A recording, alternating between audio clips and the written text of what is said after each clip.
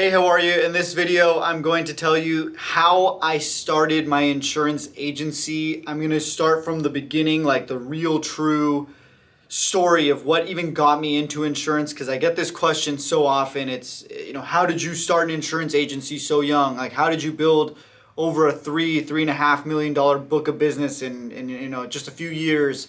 And it really comes down to my experience and how long I've been doing it. So I'm going to start from the beginning before I even got into it, how I got into it, how I've gotten to where I'm at, and some of the lessons I've learned along the way. So let's dive into it.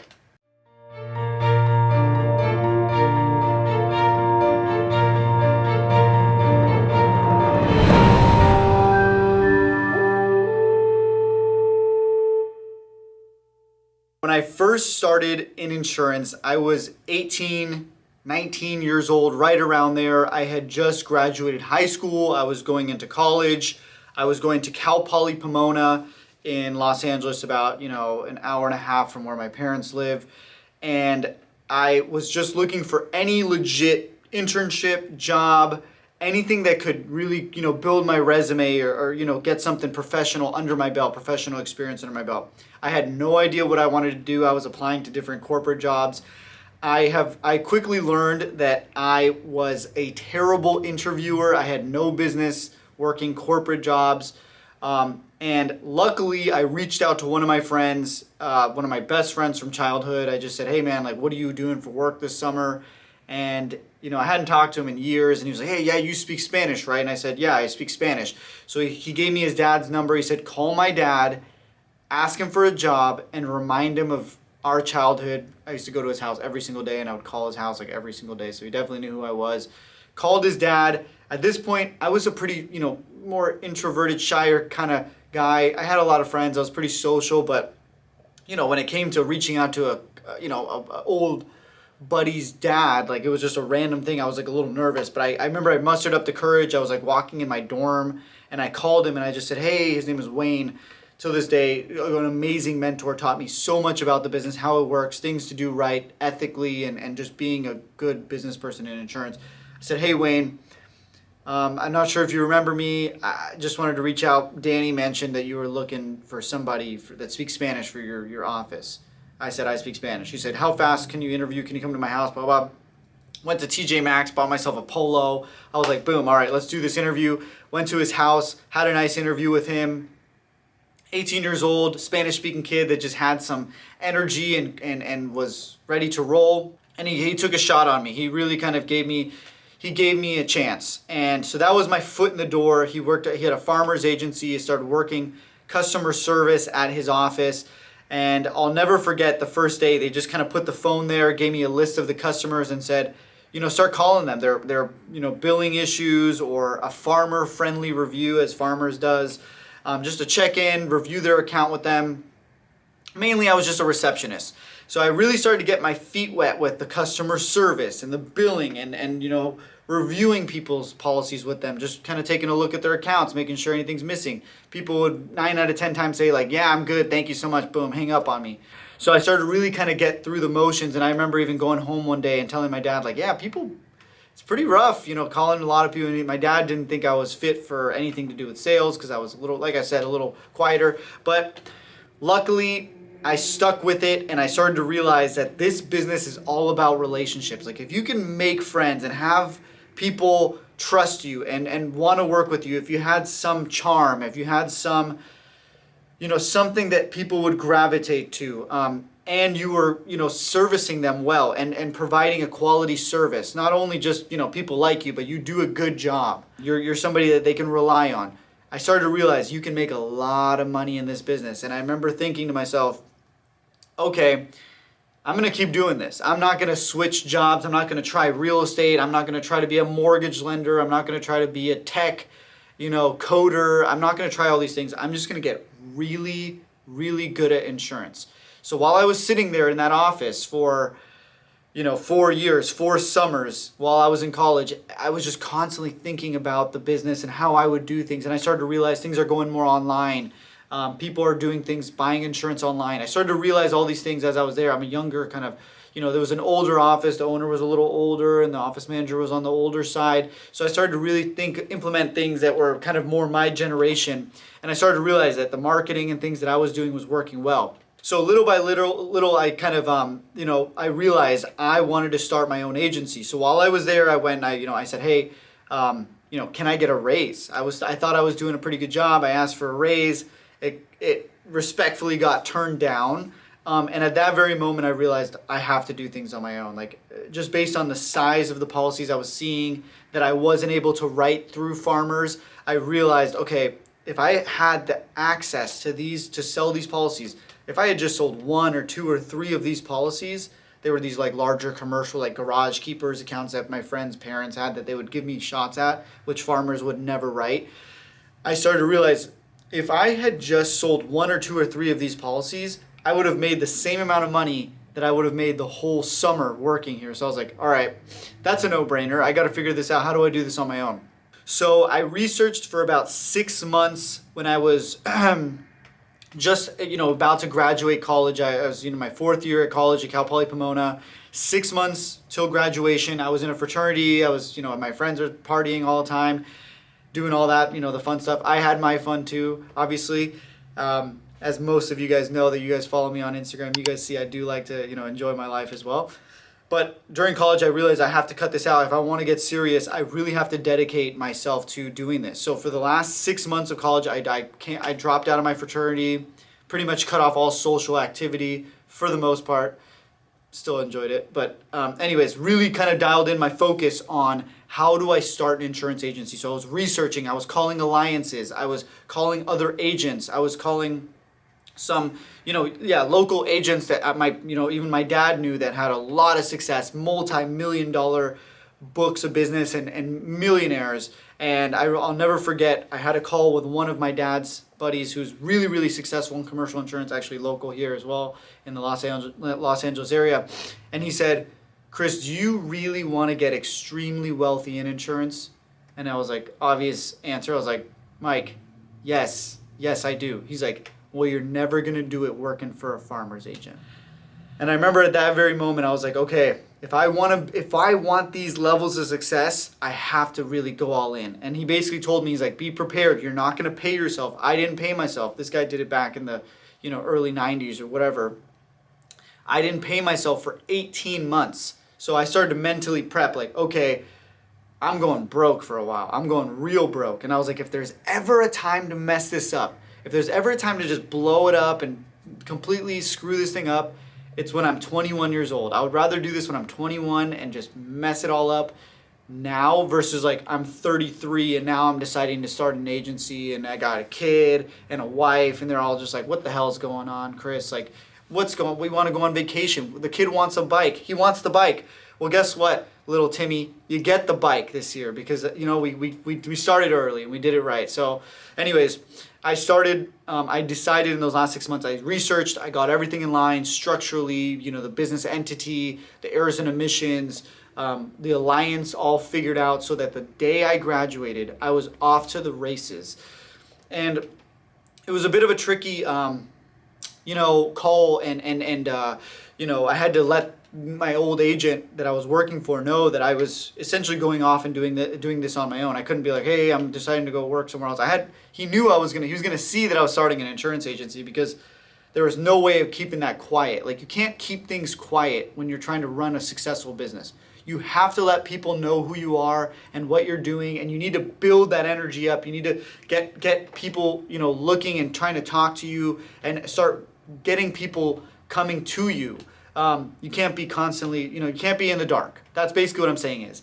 So I had to let them know it was not an easy conversation. It was not fun. And that was the first taste of like, okay, now the responsibility has officially kicked in. Like, these customers, they're all my responsibility. They're on me now. It's not, you can never turn around and blame the agency that messed up. The billing got messed up because of the agency. It's on you. So at that moment, I really started to feel like, oh shoot, like I'm really taking on a lot. My employees, my clients, my personal success or failure. Like that is 100% on me. And that's one of the actual major beauties of running an insurance agency and being in business for yourself in any capacity, not just insurance, is that you as the operator, you as the CEO, you as the founder, the success or the failure is 100% your fault. So I started to really feel that. I realized that was the first very uncomfortable conversation that I was going to have.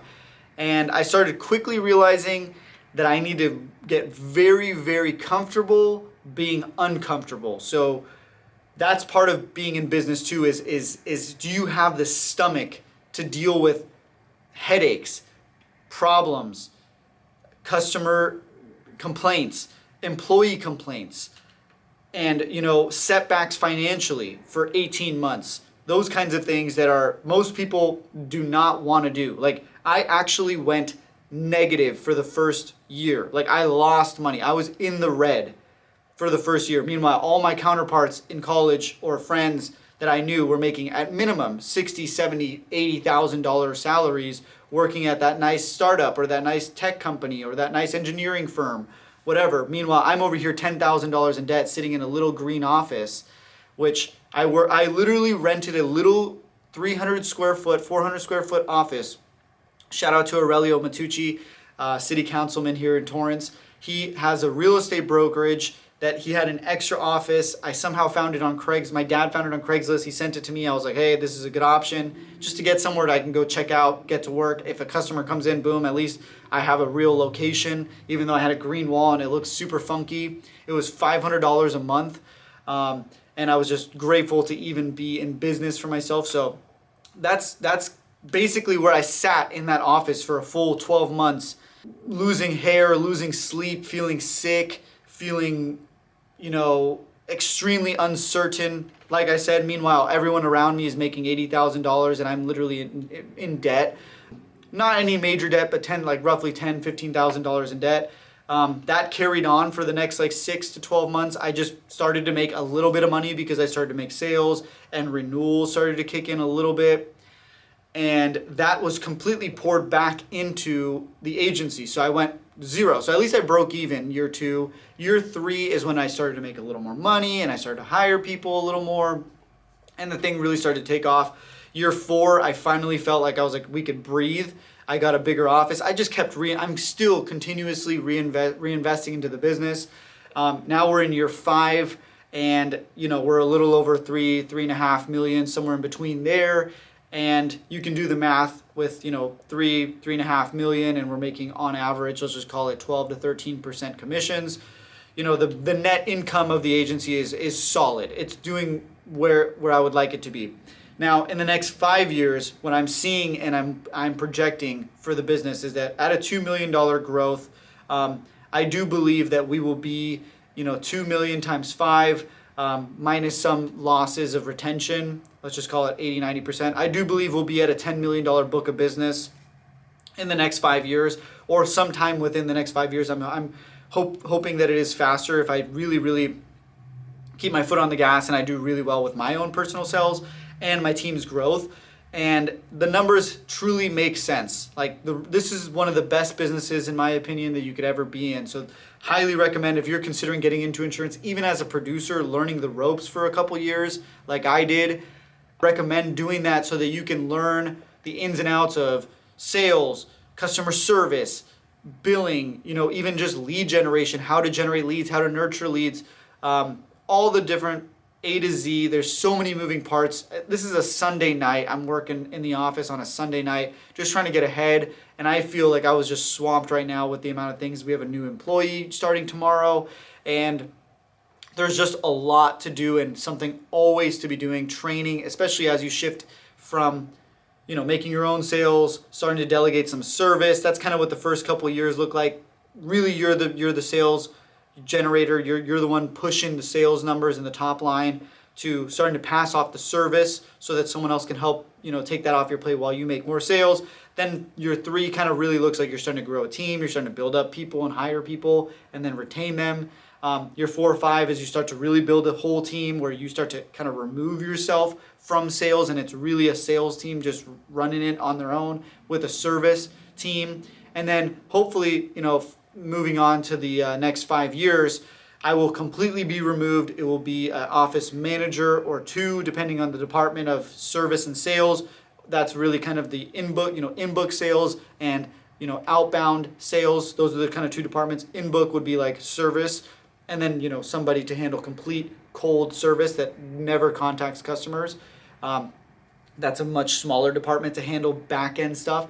Hopefully that will be managed by a management team, and I am completely extracted from the business other than just generating leads and handling very large account customer relations on large accounts.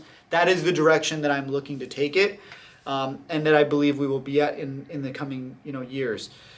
Only thing I wish I did a little bit better, I don't really have too many regrets. I think one of the things I did really, really, really well was getting myself on video and getting in front of people. I think that was instrumental. Like the amount of videos that I look back and I like cringe, making myself feel like throwing up because I had no idea how to talk to a camera. I had no idea. First off, even the products, I was like super unsure about the products. That really pushed me to know them super well because I knew that somebody else would be watching out there, and if I was saying incorrect information, it was just terrible to be putting that out first off online. And on top of that, it forced me to really learn those things myself. It was rough because it's embarrassing. I was wearing, lame clothes, I just didn't have any level of financial income. So I wasn't looking too good. I wasn't sounding too good, but I just knew I needed to start somewhere and get that ball rolling. So don't wait 5 years or 3 years or 4 years to start doing the content and start doing the videos. You have to start that from day one, and that's how you build up so that when you're at the 3 or 4 years, now you already know what you're doing. You're crushing that. You're not just figuring it out then. You need to start now. So that's something I think I did well. Something I really wish I did a better job of was learning from other agents. Like I did learn from other agents, but I learned so many just mistakes on my own. I really do feel like I could have expedited my own processes if I had taken more advice or maybe even hired a consultant, kind of like the services that I provide. I highly recommend learning from people and taking that advice and implementing it. Like I should have done that more often. Like I should have had like a recurring once a month consulting call with the agents out there. At the time, I didn't really have too many resources. I just had agents that I knew, but the resources are out there. So if you're starting up, I highly recommend, if it's not me, check out some other insurance consultants. There's a bunch of them other ones out there. Probably find them on YouTube that can help you really get your stuff rolling. So whatever it is you're trying to do, if it's life insurance, find a really good life insurance agent. I don't do too much life insurance. Like I do some of it, but it's not my main focus. Commercial insurance, hit me up. I'm very good at commercial insurance, and I could definitely give you guidance to build a successful commercial insurance agency. Personal insurance, also we could do. But anyways, yeah, find people to learn from and implement into your business and growing your business. But that's basically the story. Made very little money, sacrificed some time, when I was younger, and, bit the bullet. But honestly, till this day, I can confidently say it feels amazing. Like I loved every minute of this process, but looking back, they were pretty fun, and it's always going to be great to look back on. Plus, I'm so glad that I recorded half of it, because now I can always look back and even one day show my great-grandchildren or something. They could watch me on, like, great-grandpappy Chris was making videos about who knows what insurance that probably won't even exist. And by the time they're watching these things, it's going to make zero sense because cars are going to be flying and stuff. The insurance is going to be like way more expensive. So, yeah, that's kind of it, man. I did a lot of that and was extremely patient and worked my ass off. There's no way around the hard work. And everything you want in life is on the other side of hard work. If you're behind on your bills, like Jordan Belfort says, if you're 3 months behind on your credit card bills, pick up the phone and start dialing. That's basically all I got. I hope that does help you. We'll see you guys at the top. See you soon. Peace.